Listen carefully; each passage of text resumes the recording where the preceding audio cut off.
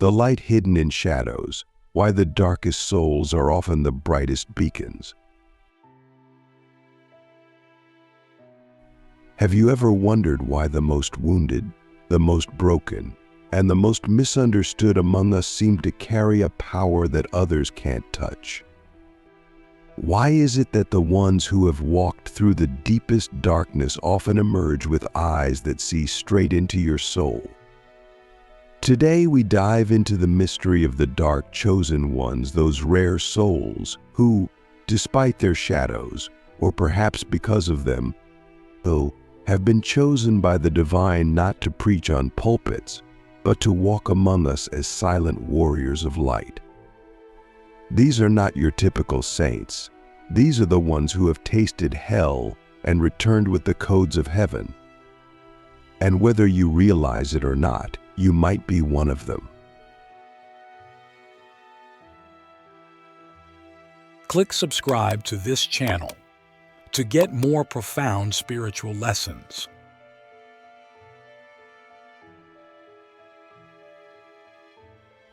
I remember the first time I met one of these chosen ones. He didn't look like a prophet. In fact, he looked homeless, eyes sunken, voice hoarse, energy dense. But when he spoke, time stopped. It was as if the entire universe leaned in to listen. He didn't use flowery words or quote sacred texts. He just told the truth raw, ugly, and beautiful. And in that moment, I realized the chosen ones are not here to be liked. They're here to awaken. Their lives are not about comfort or applause. Their mission is coded in chaos, and their path is forged through suffering. You may ask, why would God choose such people? The answer is simple. Only those who've been crushed by life can carry the weight of divine truth without ego. Let me ask you something. Have you ever felt like you were cursed because of how deeply you feel? Have you ever walked into a room and absorbed everyone's emotions like a sponge, even when it hurt? Have you been cast out, misunderstood, judged for your intensity, your silence, your rage, your vision? If yes, then maybe, just maybe, you're not broken. Maybe you're being initiated, because the first sign of a dark chosen one is isolation. It's not punishment. It's preparation. The universe removes you from the noise so you can hear the whispers of God. In your loneliness, you're being trained to trust your own voice over the world's. And that voice, once purified by pain, becomes the sword you'll one day wield to cut through illusion. The first of the 5 dark chosen ones we'll explore is the breaker of chains. This is the soul born into generational trauma, cycles of abuse, poverty of spirit and body. But unlike others, they don't just survive, they transmute. They say, "It ends with me," and mean it. The breaker of chains is not just healing themselves, they're healing timelines. They carry the weight of ancestors and the hope of descendants. Their path is brutal. They are tested by betrayal, addiction, loss, and despair. But every time they fall, they rise with more wisdom, more grit, more fire. They are often hated by their own families, misunderstood by society, but inside they know they were never meant to fit in. They were meant to transform the very system that rejected them. Now, this kind of transformation doesn't come from reading books or attending retreats. It comes from being broken open, over and over, until the ego dies and the soul begins to speak. And when the soul speaks through a dark chosen one, it doesn't whisper, it roars. These people don't preach positivity, they embody power. They don't escape the darkness, they integrate it. And that's the difference. Most people run from their shadow. The chosen ones shake hands with it. They say, "Teach me." And the shadow, once acknowledged, becomes their ally. That's when the magic begins. You see, spiritual power isn't born in the light. It's born in the dark.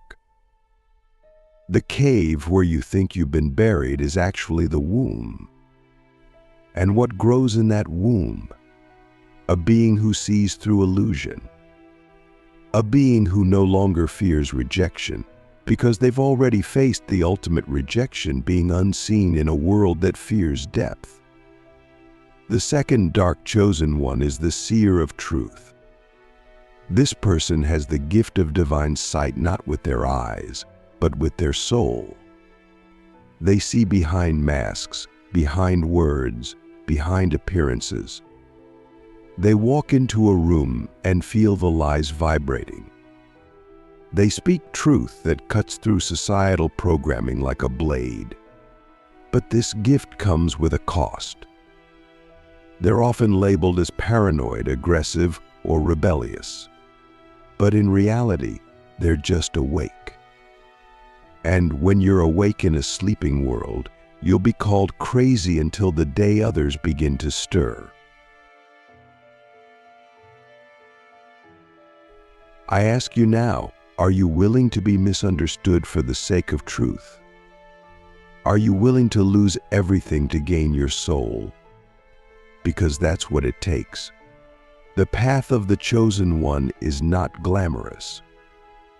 It's not about crystals and incense. It's about responsibility. The deeper you go, the more is required. And the universe won't let you cheat. You will be stripped of everything that is false, your relationships, your identity, your illusions, until all that's left is the raw, divine you. And that version of you, that's the one who can change the world.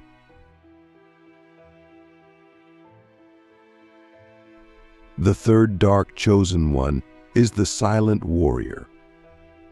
You won't notice them in a crowd. They don't flaunt their power.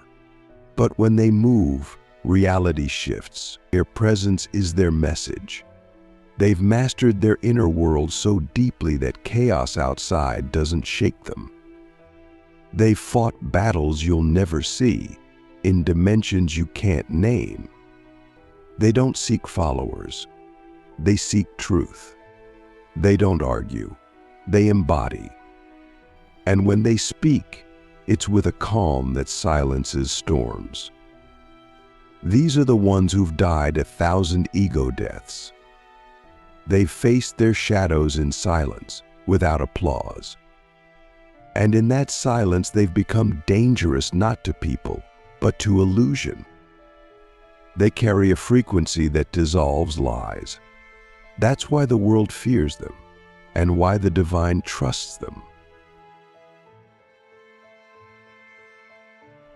And then there's the sacred rebel, the fourth archetype of the dark chosen ones. They break every rule of the spiritual game. They curse. They drink. They laugh too loud. But their heart is pure. They expose hypocrisy not with judgment, but with fire. They destroy fake light with sacred rage. These are the prophets who flip tables in temples. They're not here to conform, they're here to burn. And that burn is holy. Don't be fooled by their rough edges. Inside, they are the most loyal servants of the divine. They've just chosen to walk the unwalked path, because someone has to, and they've got the fire for it. Finally, the fifth is the healer of realms. Not just human pain, but ancestral pain, cosmic pain. Collective pain. This chosen one is a portal. When they cry, the earth listens. When they touch, timelines shift. But their gift is a double-edged sword. They feel everything. Often they don't know if the pain they carry is theirs or the world's. They battle depression, fatigue, inexplicable grief. But when they learn to channel it, they become alchemists. Their presence heals, not with words, but with being. They are the ones who hold space when others break. And they do so silently, often without thanks. But the divine sees them. And in the quiet of the night, when they think no one notices, heaven bows. So I ask you this, have you been walking through fire, wondering why you're still standing? Have you lost it all, only to find a strange peace in the ashes? Have you been called crazy, only to feel more sane than ever? Maybe you're not cursed. Maybe you're chosen. And maybe, just maybe, your darkness isn't a flaw, it's a map to your divine mission. The divine reversal, when darkness becomes the language of God. There's a strange thing that happens when you begin to awaken as a dark chosen one. You stop resisting the storm and start listening to it. You begin to realize that the very things you thought disqualified you from being a vessel of the divine, your anger, your depression, your failures, your addictions, were precisely what God was using to forge you. This is the divine reversal. It's when everything you thought was meant to destroy you becomes the exact thing that initiates you. It's when the night doesn't just end, it becomes your teacher.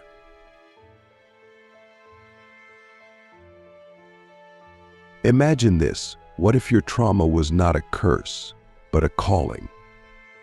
What if the reason you feel so deeply is because you were born to carry the depth of the collective? What if your darkest moments were the training grounds for your greatest assignment? This is not spiritual fluff. This is spiritual fire. Because once you accept this truth, you stop asking, "Why me?" And you start asking, "What now?" And that's when your real journey begins, not as a victim, but as a vessel. You see, the breaker of chains, the first dark chosen one, is not just breaking patterns in their own life. They're breaking patterns that go back generations. These are the people who stop the cycle of abuse in their bloodline. They're the ones who grow up in homes filled with violence, addiction, and abandonment, and instead of becoming what they saw, they transmute it. They become the parents they never had. They become the safety they never felt. And it's not because they had some magical help. It's because they were forged in fire. They learned to mother themselves, to father themselves, to raise themselves. And now they raise others not with words, but with energy, with presence, with truth.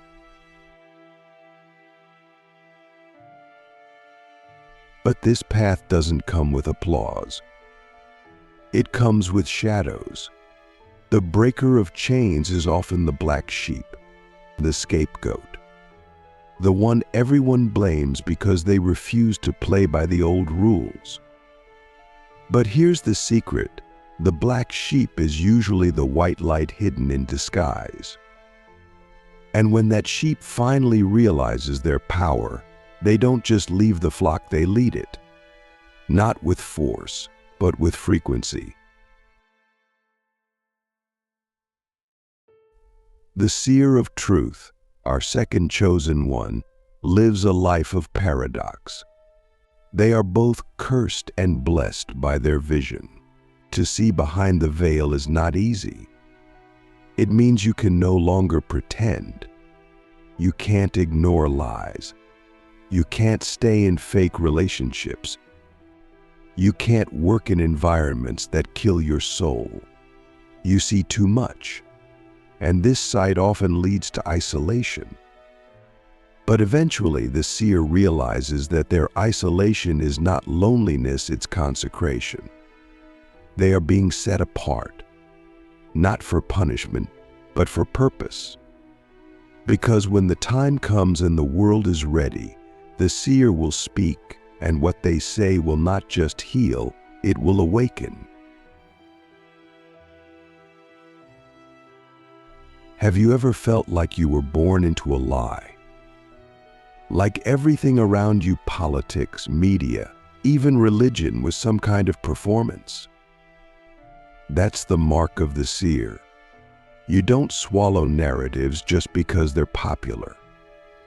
You question, you challenge, you feel when something's off, even when no one else sees it. And that's not paranoia. That's discernment.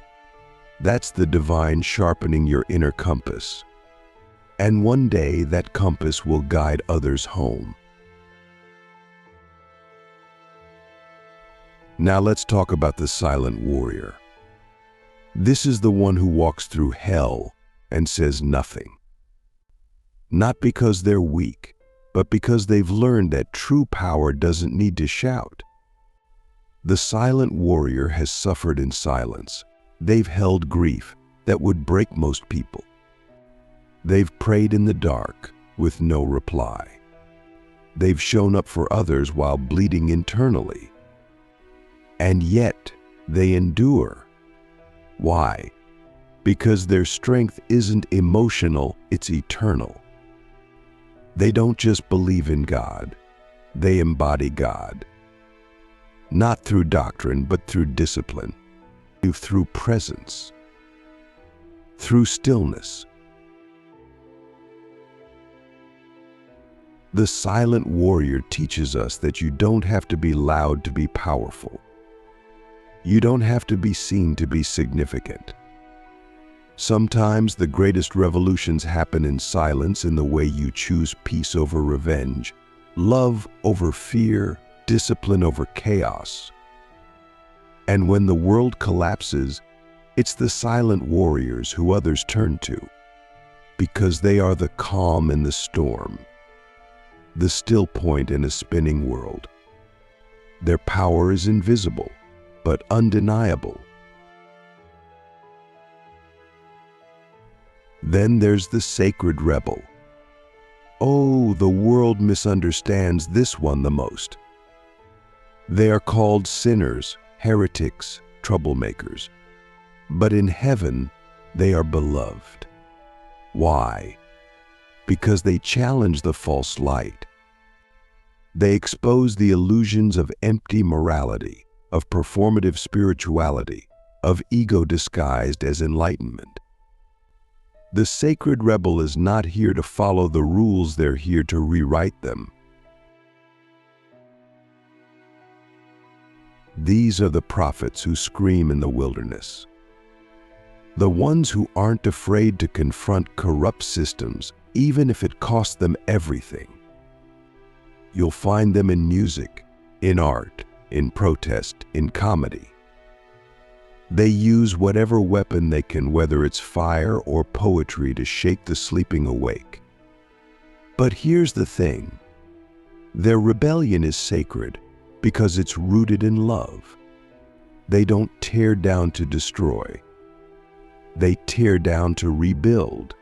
And their fire? It's holy. It's the fire that clears the forest so new life can grow. Have you ever been labeled too much, too intense, too emotional, too honest? That's the mark of the sacred rebel. You're not too much. You are exactly enough to do what you came here to do. Stop shrinking. Stop apologizing. The world doesn't need more nice people. It needs more real people. and your authenticity is your weapon. And finally, we return to the healer of realms, the one who feels everything so deeply it hurts. This chosen one often doesn't even know they're healing others. They just walk into a room and suddenly people feel safe, feel seen, start crying without knowing why. It's because the healer carries a vibration that undoes decades of pain. But here's the price. They often don't know how to protect their own energy. They give until they're empty. They love until they bleed. They carry the weight of the world, and it almost crushes them. But there comes a point when the healer awakens. They realize that their sensitivity is their superpower, but only when it's sacredly managed. They learn boundaries. They learn how to shield, how to rest, how to receive. And when they do, their power multiplies. Because now they're not just healing from pain, they're healing from overflow. And that's when miracles happen. So let me ask you again, could it be that your greatest wounds are your greatest gifts, waiting to be realized? Could it be that your darkness is not the absence of God, but the incubation of God's presence within you? What if you stopped running from your shadows and started listening to them? What if you asked your pain, "What are you here to teach me?" You might just hear the answer, "I'm here to initiate you." You are not here by accident. You are not suffering without purpose. If you've resonated with even one of these archetypes, then I want you to hear me clearly. You are being called. Not to a religion, not to a system, but to your soul. The world doesn't need more light workers pretending to be perfect. It needs more dark chosen ones, real people, forged in fire, who carry the codes of awakening in their scars.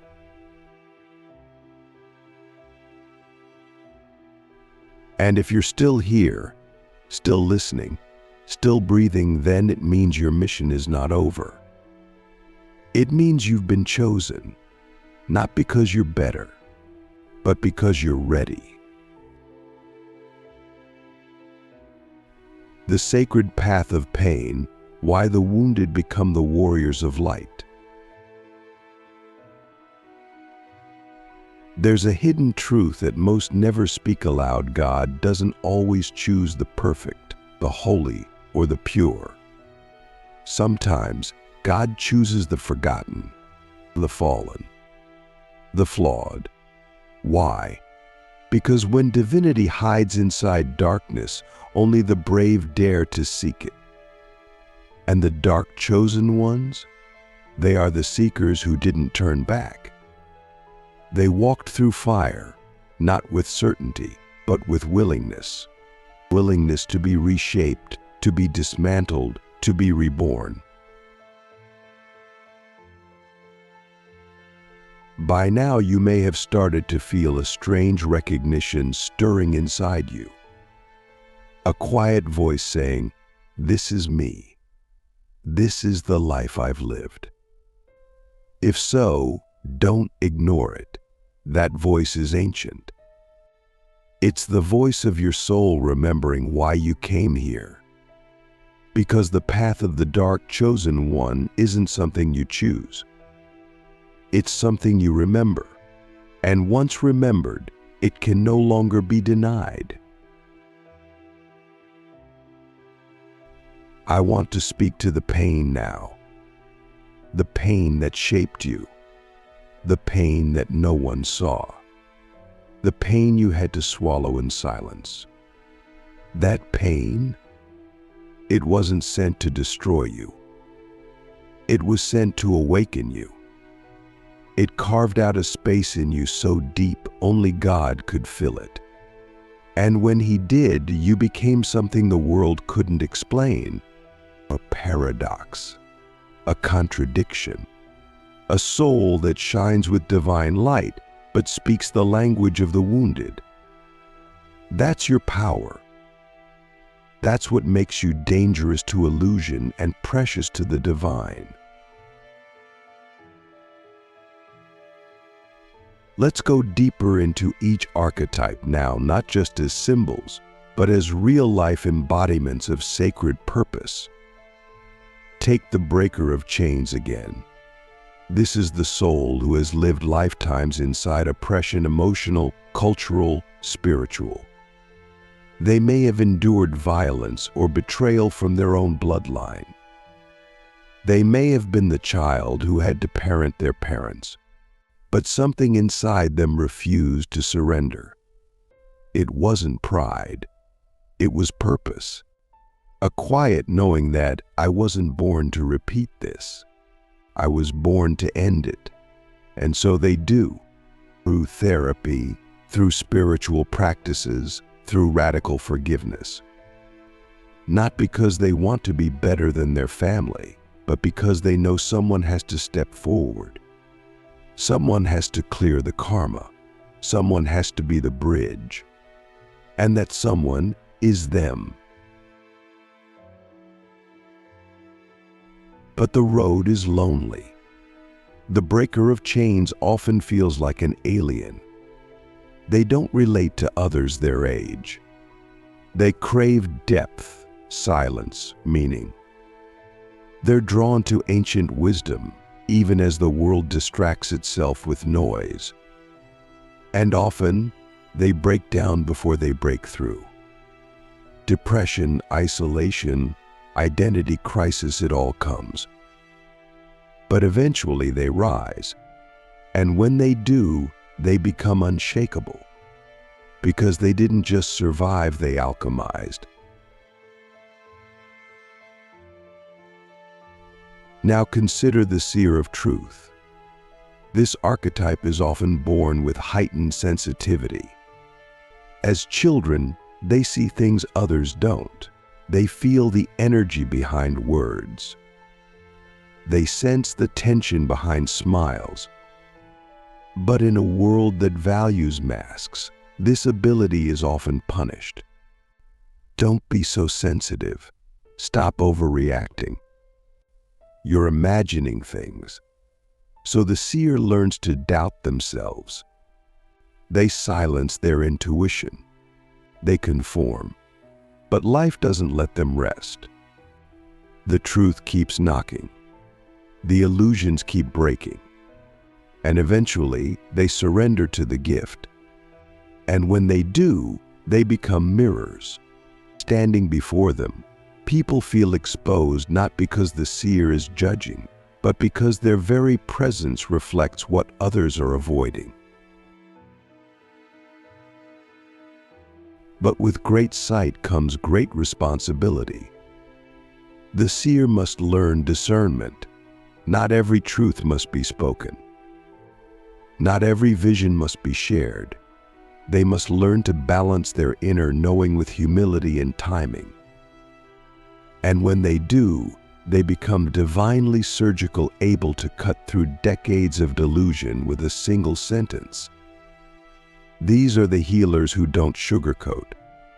They don't coddle. They illuminate. And their light, though intense, is liberating. The silent warrior, meanwhile, is often the uncelebrated hero. They don't seek recognition. They don't post their pain online. They process in solitude.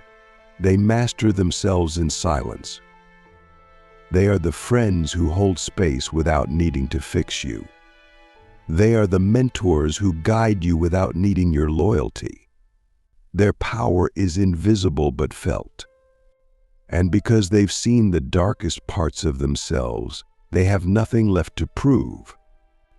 They walk in peace, not because life has been kind, but because they've made peace with life. But even the silent warrior must learn to receive.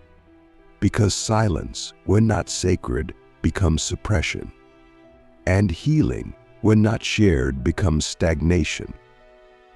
So the warrior's initiation is to open, to trust, to allow others to see the cracks in their armor. Because vulnerability for them is not weakness, it is the next level of strength. Now, the sacred rebel. This one is fire incarnate. They don't just challenge authority, they challenge false authority. They call out spiritual bypassing. They confront systemic injustice. They question teachings that shame instead of liberate. And yes, they ruffle feathers. But that's the point. They don't exist to make you comfortable. They exist to wake you up. And when they awaken to their own sacred rage, they become unstoppable. But the rebel must also evolve. Rage alone burns everything down. But rage infused with grace becomes prophecy. The sacred rebel must learn to wield their fire like a sword, not to destroy blindly, but to cut away illusion with precision. They must learn when to fight and when to forgive. Because true rebellion isn't just against the world, it's against the self that wants to stay asleep. And finally, the healer of realms. This one is often the most energetically burdened. They carry pain that isn't theirs. They dream of tragedies before they happen. They cry for people they've never met. And for years, they think something is wrong with them. But in truth, they are portals. Their bodies are instruments through which divine healing flows. But to become masters, they must learn boundaries. They must stop rescuing and start empowering. They must stop absorbing and start transmuting. When the healer awakens fully, they become walking temples. People feel lighter in their presence, and time slows around them. And though they speak little, their energy speaks volumes. But their journey is lifelong. Their medicine evolves, and the more they heal themselves, the more potent their gift becomes. Now, let me ask you something few dare to consider. What if your entire life has been a ceremony? A preparation?